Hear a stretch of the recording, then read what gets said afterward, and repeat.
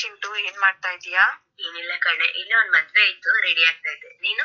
ನಾನು ಸುಮ್ನೆ ಕೂತಿದ್ದೆ ಕಣೆ. ಯಪ್ಪ, ಮದ್ವೆ ಹೋಗ್ತಾ ಇದೀಯಾ? ನೀನ್ ಇವೆಲ್ಲ ಹೋಗೋದಿಕ್ಕೆ ಬೇಜಾರು ಅಂತ ಅನ್ಸಲ್ವಾ? ನೀನ್ ಹೇಳ್ತಾ ಇರೋದ್ನ ಕೇಳ್ತಾ ಇದ್ರೆ ನಿನಗೆ ಯಾವ್ದೇ ಒಂದು ಮದ್ವೆ ಆಗಿರ್ಬೋದು, ಬೇರೆ ಒಂದು ಸಮಾರಂಭಕ್ಕೆ ಹೋಗೋದೇ ಇಷ್ಟ ಆಗಲ್ಲ ಅನ್ಸುತ್ತೆ. ಕಣೆ, ಅಲ್ಲಿನ ಜನ, ಆ ಗಲಾಟೆ, ಆ ಶಬ್ದ, ನನಗಂತೂ ಅಲ್ಲೆಲ್ಲ ಹೋದಾಗ ಬಾಳ ಸಿಟ್ಟು ಬರ್ತಾ ಇರುತ್ತೆ. ಹೌದಾ? ನನಗಂತೂ ಹಾಗನ್ಸಲ್ಲ. ಇದು ನೀನು ನನ್ ತದ್ವಿರುದ್ಧ ಇದೀಯಾ. ಹೌದು. ಆ ಚೆನ್ನಾಗ್ ಸೇರ್ಸದಂತೆ, ಚೆನ್ನಾಗ್ ಎಲ್ಲೆಲ್ಲಿಂದಾನೋ ಬರದಂತೆ, ಆ ನಾಡಿ ಟೈಮ್ ವೇಸ್ಟ್ ಮಾಡೋದೆಲ್ಲ ಬೇಕಾ? ನಮ್ಗ್ ಸಮಯ ಎಷ್ಟೊಂದು ಇಂಪಾರ್ಟೆಂಟ್ ಆಗಿರತ್ತೆ ಅಂತ ನಿನಗೂ ಗೊತ್ತಿದೆ. ಅದು ಪ್ರಾಮುಖ್ಯತೆನ ಇಂಥ ಸಣ್ಣ ಪುಟ್ಟದಕ್ಕೆಲ್ಲ ಹಾಳ್ ಮಾಡ್ಬಾರ್ದಲ್ವಾ? ಹೌದು, ನೀನ್ ಹೇಳಿದ್ ನಿಜ. ಆದ್ರೆ ಅದನ್ನ ಸಮಯ ಹಾಳು ಅಂತ ಅನ್ಕೊಳ್ಳೋದು ನೀನ್ ತಪ್ಪು. ಯಾಕಂದ್ರೆ ಪ್ರತಿಯೊಂದು ಸಂಬಂಧಗಳು ಗಟ್ಟಿಯಾಗಿರ್ಬೇಕು ಅಂತ ಅಂದ್ರೆ ಸಮಾರಂಭಗಳು ತುಂಬಾ ಮುಖ್ಯ ಆಗಿರುತ್ತೆ. ಅದೇ ಮುಖ್ಯ ಆಗಿರುತ್ತೆ, ಅಲ್ಲಿ ಖರ್ಚು ಹೆಚ್ಚಾಗಿರುತ್ತೆ ಅಷ್ಟೇ. ಹೌದು, ಖರ್ಚು ಹೆಚ್ಚಾಗತ್ತೆ, ಖರ್ಚಿಲ್ಲ ಅಂತ ಹೇಳಲ್ಲ. ಆದ್ರೆ ನೀನ್ ಯೋಚನೆ ಮಾಡು, ಮದ್ವೆ ಸಮಾರಂಭ ಅಂತ ಅಂದಾಗ ಒಂದು ಮನೆತನದ ಎಷ್ಟೋ ಸಂಬಂಧಗಳಲ್ಲಿರೋ ಜನ ಎಲ್ಲ ತುಂಬಾ ದೂರ ದೂರ ಇರ್ತಾರೆ. ಅವರು ಒಂದೇ ಕಡೆ ಸೇರ್ತಾರೆ. ಅವ್ರ ಖುಷಿ, ಸಮಾರಂಭ, ಅವ್ರ ಉತ್ಸಾಹನ ನೀನ್ ನೋಡ್ಬೋದಲ್ವಾ? ಹೌದು. ಹಾಗಂತ ಇರೋ ಬರೋ ಸಮಯ, ಹಣ ಎಲ್ಲ ಅಲ್ಲೇ ಖರ್ಚು ಮಾಡಕ್ಕಾಗತ್ತ ಹೇಳು? ಇವಾಗ ನೋಡು, ಮದ್ವೆ ಅಂತ ಬಂದಾಗ ಮೊದ್ಲು ಶುರು ಆಗತ್ತೆ ಅವ್ರ ನಿಶ್ಚಿತಾರ್ಥದಲ್ಲಿ ಅಲ್ಲಿ ಮೊದ್ಲು ಹೆಣ್ಣಿನ ಮನೆ ಕಡೆಯಿಂದ ಎಷ್ಟೊಂದು ಹಣ ಖರ್ಚಾಗಿರುತ್ತೆ. ಅದಾದ್ಮೇಲೆ ಮತ್ತೆ ಮದ್ವೆ ಮಾಡಿ, ಆ ಮದ್ವೆಲಿ ನೂರಾರು ಜನನ ಕರೆದು ಅವರಿಗೆಲ್ಲ ಅವರು ಸತ್ಕಾರ ಮಾಡಿ ಎಷ್ಟೊಂದೆಲ್ಲ ತಲೆನೋವಿರುತ್ತೆ ಅಲ್ಲ. ಹೌದು, ನೀನ್ ಹೇಳಿದ್ದು ಕರೆಕ್ಟೆ. ಆದ್ರೆ ಆ ಸಂಬಂಧಿಕರೆಲ್ಲ ಬಂದಾಗ ಖುಷಿ ನೀನ್ ನೋಡ್ಬೇಕಲ್ವಾ? ಯಾವ್ದೇ ಒಂದ್ ಸಮಾರಂಭ ಆಗಿರ್ಬೋದು, ನೀನ್ ಏನೇ ಒಂದ್ ಕೆಲ್ಸ ಮಾಡ್ಬೇಕಾದ್ರೆ ನೀನ್ ಅದ್ರಲ್ಲಿ ತಪ್ಪುಗಳನ್ನ ಜಾಸ್ತಿ ಹುಡುಕಕ್ ಹೋಗ್ಬಾರ್ದು. ಈಗ ನೀನ್ ಬೇಕಾದ್ರೆ ಮದ್ವೆ ಅಂತ ಬಂದಾಗ ಹಲವಾರು ಜಿಲ್ಲೆ ಆಗಿರ್ಬೋದು, ರಾಜ್ಯ ಆಗಿರ್ಬೋದು, ಒಂದೊಂದ್ ತರ ಮಾಡ್ತಾರೆ. ಈಗ ನಮ್ ಕರ್ನಾಟಕದಲ್ಲೇ ಬರೋಣ. ಅದ್ರಲ್ಲಿ ನಮ್ಮ ಗೌಡ್ರ ಕಡೆ ಹೆಂಗ್ ಮಾಡ್ತಾರೆ ಅಂದ್ರೆ ಒಂದ್ 5 ದಿನ ಮದ್ವೆ ಅಂತ ಮಾಡ್ತಾರೆ.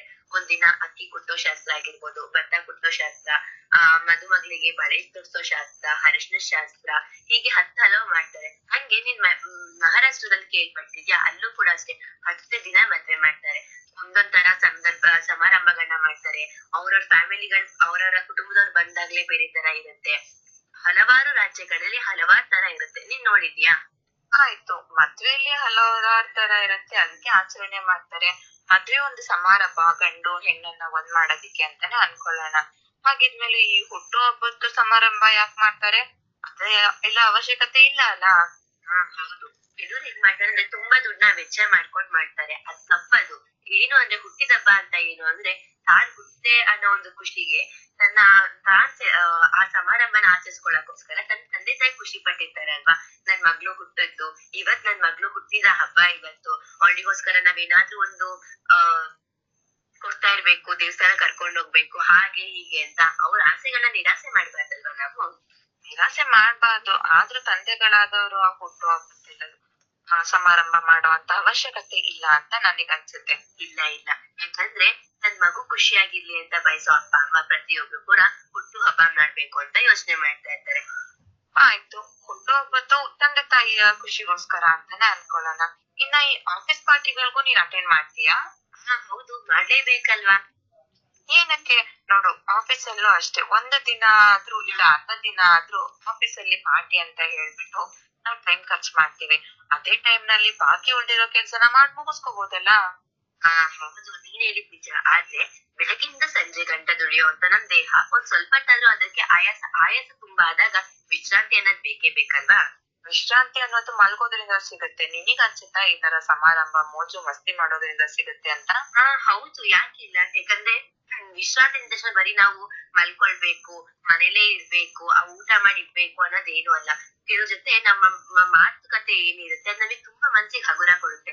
ಈಗ ಆಫೀಸ್ ಅಲ್ಲಿ ನೀನ್ ನೋಡಿರ್ಬೋದು, ಕೆಲ್ಸ ತುಂಬಾ ಆಗಿದೆ ಅಂದಾಗ ನಮಗೆ ತಲೆನೋವು ಬರೋದಾಗಿರ್ಬೋದು, ಸುಸ್ತಾಗಿರ್ಬೋದು, ನಮಗೆ ತುಂಬಾ ಸಿಟ್ಟು ಕೂಡ ಬರ್ತಾ ಹೋಗುತ್ತೆ. ಆದ್ರೆ ಈ ತರ ಒಂದ್ ಸಣ್ಣ ಪುಟ್ಟ ಸಮಾರಂಭಗಳನ್ನ ಇಟ್ಟಾಗ ನಾವ್ ಮನ್ಸ್ ಬಿಚ್ಚಿ ನಮ್ ಪಾಡಿನ ನಾವ್ ಇರ್ತೀವಿ. ನಾವ್ ಯಾವ್ದೇ ರೀತಿ ಟೆನ್ಷನ್ ಗಳಿರಲ್ಲ. ಅಪ್ಪ ಇವತ್ತು ಆ ಕೆಲ್ಸ ಬೇಗ ಮುಗಿಸ್ಬೇಕು, ಇವತ್ತು ಈ ಫೈಲ್ ನ ಬೇಗ ಮುಗಿಸ್ಬೇಕು, ಬಾಸ್ ಬಂದ್ರೆ ಬೈತಾರೆ, ಅವೆಲ್ಲ ಏನು ಇರಲ್ಲ ಅಲ್ವಾ? ಹೌದು, ನೀನ್ ಹೇಳ್ತಿರೋದು ಒಂದ್ ಕಡೆ ಸರಿ ಅನ್ಸುತ್ತೆ. ಆಯ್ತು, ಇವಾಗ ಗೆಟ್ ಟುಗೆದರ್ ಪಾರ್ಟಿ ಅಂತ ಮಾಡ್ತಾರೆ, ನಿನಗ್ ಗೊತ್ತಲ್ವಾ? ಹೌದು. ಅದನ್ನ ಯಾಕೆ ಮಾಡ್ಬೇಕು? ಎಲ್ಲೋ ಇರೋರ್ನ ಇಲ್ಲಿ ಕರ್ಸಿ ಅವ್ರ ಟೈಮ್ ನ ಹಾಳ್ ಮಾಡೋದಲ್ದೇನೆ ಇವ್ರ ಹಣಕಾಸು ಹಾಳ್ ಮಾಡ್ಕೊತಾ ಇರ್ತಾರಲ್ಲ. ಇಲ್ಲ ಇಲ್ಲ, ನೀನ್ ಇದನ್ನ ತಿಳ್ಕೊಂಡಿರೋದು ತಪ್ಪು. ಯಾಕಂದ್ರೆ ಗೆಟ್ ಟುಗೆದರ್ ಅಂತ ನೀನ್ ನೋಡಿರ್ಬೋದು, ಒಂದು 10ನೇ ಕ್ಲಾಸ್ ವರ್ಗು ಜೊತೆಗೆ ಓದಿರ್ತಾರೆ ಅಂತ ಅನ್ಕೋ. ಇವಾಗ ಎಲ್ಲರೂ ಕೂಡ ದುಡಿಯಕ್ಕೆ ಅಂತ ಬೇರೆ ಬೇರೆ ಕಡೆ ಇರ್ತಾರೆ. ಮತ್ತೆ ಸೇರಿದಾಗ ಅವ್ರ ಹಳೆ ನೆನಪುಗಳನ್ನ ತಗೊಂತಾರೆ.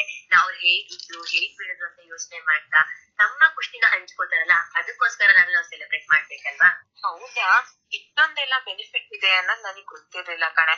ಹಾಗಿದ್ರೆ ನಾನು ಇವತ್ ನನ್ನ ಎಲ್ಲಾ ಗೆಳತಿ ಗೆಳೆಯರಿಗೂ ಫೋನ್ ಮಾಡ್ಬಿಟ್ಟು ಒಂದ್ ಗೆಟ್ ಟುಗೆದರ್ ಪಾರ್ಟಿ ಇಟ್ಕೊಂತೀನಿ. ನೀನು ಬಂದ್ ಜಾಯ್ನ್ ಆಗ್ತೀಯಾ ಅಲ್ಲ? ಹಾ, ಖಂಡಿತ ಬರ್ತೀನಿ. ಈಗ ಹೋಗ್ತಿರೋ ಮದ್ವೆ ಮುಗಿಸ್ಕೊಂಡಾದ್ರೂ ಬರ್ತೀನಿ. ನಿನಗ್ ಇನ್ನೊಂದ್ ಗೊತ್ತಾ, ನನಗ್ ಮದ್ವೆ ಮನೆಗಳಲ್ಲಿ ಊಟ ಅಂದ್ರೆ ತುಂಬಾ ಚೆನ್ನಾಗಿರುತ್ತೆ. ಓ, ಹಾಗಿದ್ರೆ ನೀನ್ ಮದ್ವೆ ಮನೆಗಳಲ್ಲಿ ಮದ್ವೆ ನೋಡಕ್ಕಲ್ಲ, ಊಟ ಮಾಡಕ್ ಹೋಗ್ತಿದೀಯಾ? ಹಾಗೇನಲ್ಲ, ಆದ್ರೆ ಒಂದೊಂದ್ ಮದ್ವೆಗಳಲ್ಲಿ ಕೆಲವು ತರ ಊಟಗಳಿರುತ್ತೆ. ಈಗ ನಾವು ಬ್ರಾಹ್ಮಿಣ್ಸ್ ಅಲ್ಲಿ ನೋಡ್ಬೋದು, ಅವರು ದೊಡ್ಡ ಎಲೆಯಲ್ಲಿ ತುಂಬಾ ಊಟಗಳನ್ನ ಹಾಕಿ ಮಾಡ್ತಾರೆ, ಪ್ರತಿಯೊಂದು ಸ್ವೀಟ್ಸ್ ಮಾಡ್ತಾರೆ, ಈ ರೀತಿ ಇರುತ್ತೆ. ನೀನು ನೆಕ್ಸ್ಟ್ ಇಂದ ಯಾವಾಗ ಮದ್ವೆ ಆಗಿರ್ಬೋದು, ಆಫೀಸ್ ಪಾರ್ಟಿ, ಒಂದು ಬರ್ತಡೇ ಸಮಾರಂಭ, ಗೆಟ್ ಟುಗೆದರ್ ಯಾವ್ದು ಮಿಸ್ ಮಾಡ್ಕೋಬೇಡ. ಇಲ್ಲ ಕಣೆ, ನಾನ್ ಮಿಸ್ ಮಾಡಲ್ಲ. ಸರಿ ಆಯ್ತು, ಬರ್ತೀನಿ. ಬಾಯ್. ಹಾ, ಬಾಯ್.